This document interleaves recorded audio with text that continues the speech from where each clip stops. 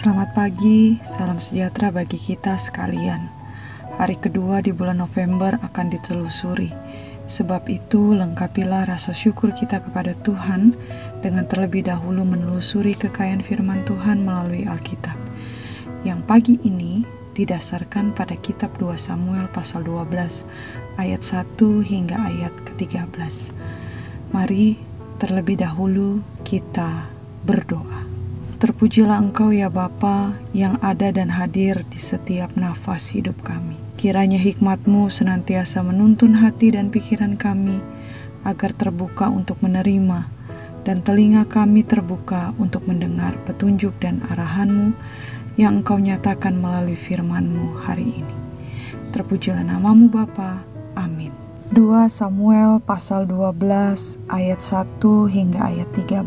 Firman Tuhan menyatakan, Tuhan mengutus Natan kepada Daud.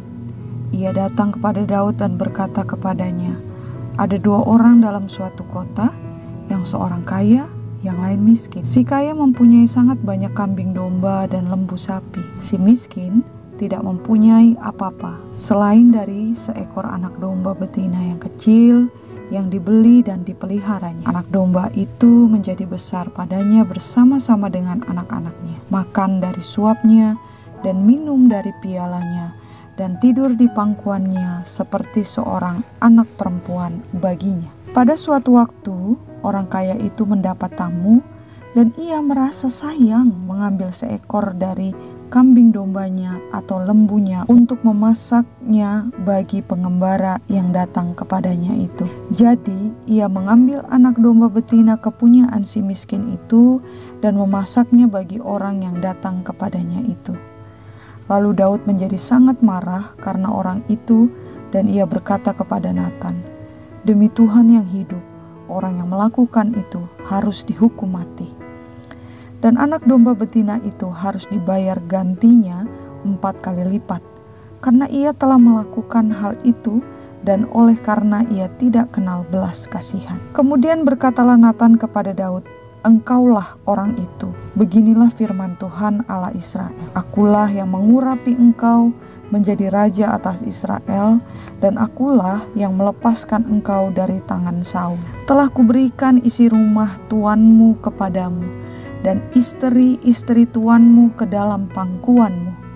Aku telah memberikan kepadamu kaum Israel dan Yehuda, dan seandainya itu belum cukup, tentu kutambah lagi ini dan itu kepadamu. Mengapa engkau menghina Tuhan dengan melakukan apa yang jahat di matanya? Uria, orang Het itu kau biarkan ditewaskan dengan pedang.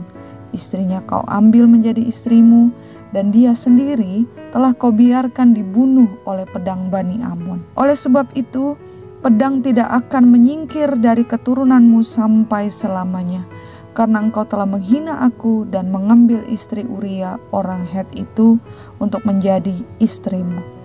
Beginilah firman Tuhan, bahwasanya malapetaka akan kutimpakan ke atasmu yang datang dari kaum keluargamu sendiri.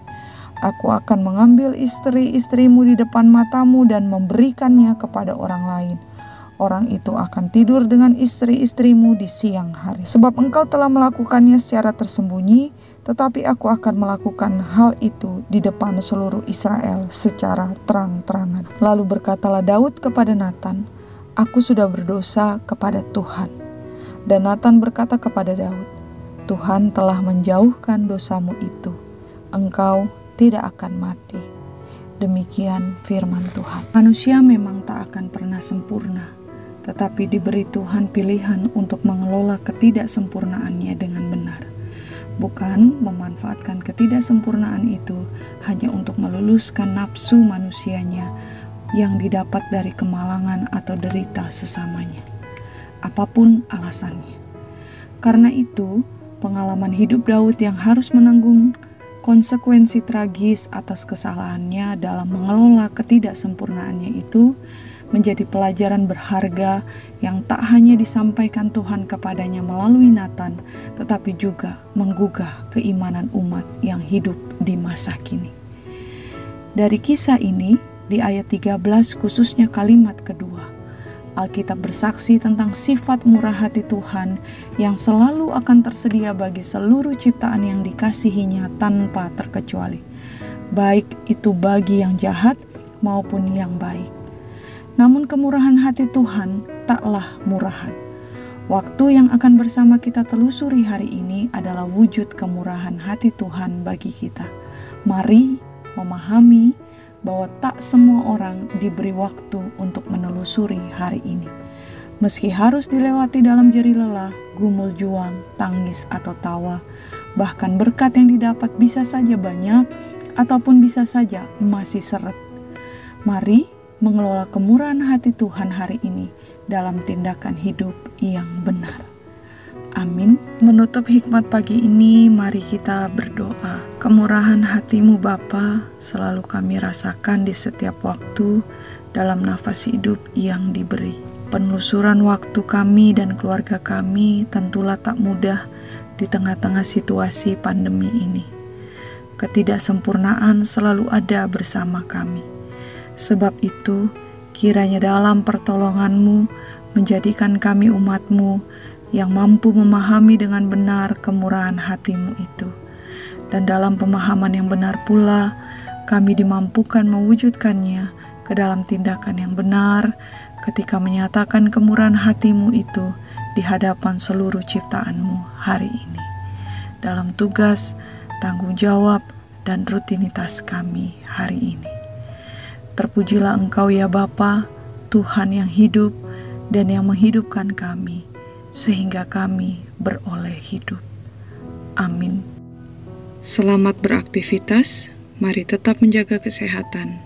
Kasih Tuhan menyertai saudara.